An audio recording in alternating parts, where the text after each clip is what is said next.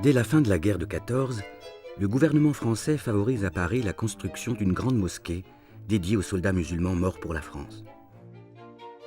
L'argument, c'est nous avons des musulmans qui fréquentent Paris et il leur faut un lieu de culte. La France est puissance musulmane, donc il faut qu'elle ait un symbole qui puisse représenter sa puissance musulmane. Le gouvernement va offrir le terrain et la construction, le financement de la construction et du fonctionnement va être fait par des souscriptions en Afrique du Nord. Dès son inauguration, la mosquée de Paris devient une vitrine diplomatique pour tous les dignitaires des pays musulmans.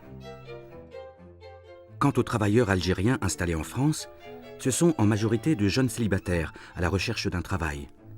La plupart ne pensent plus trop à pratiquer leur religion. Les premières populations qui arrivent en France pour travailler dans cet entre-deux-guerres, ce sont des villageois, pour la plupart des montagnards, qui n'ont pas forcément de mosquée dans les villages d'où ils viennent. Donc il n'y a pas besoin d'un lieu spécifique à la prière. Aucun ouvrier ne va laisser son travail ou à la sortie de l'usine le soir aller prier ou de son atelier aller prier à la mosquée de Paris. Donc elle n'est pas fréquentée par la population émigrée. Le pays est à reconstruire et manque de bras.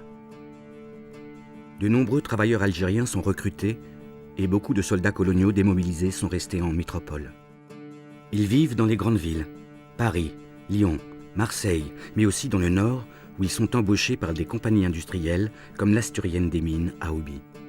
Dès 1925, la direction a mis en place une politique entre guillemets religieuse. C'est la fameuse époque où il y a je ne sais pas combien de milliers d'Algériens au Parti communiste. Enfin, donc tous les Kabyles sont à la CGTU, ils déclenchent grève sur grève, etc. Donc le directeur de l'usine de l'Asturienne des Mines, il s'adresse au sous-préfet en disant « je ne sais pas quoi faire ». Les sous-préfets écrit une lettre extraordinaire en disant « je pense que vous devriez créer une mosquée et rémunérer un prêtre musulman ».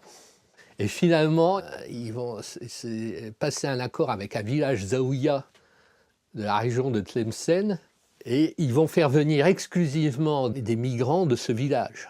Et ils construisent donc la première mosquée du Nord en 1926-27 à Auby, dans les Asturies. Ils payent un ouvrier pour faire l'imam.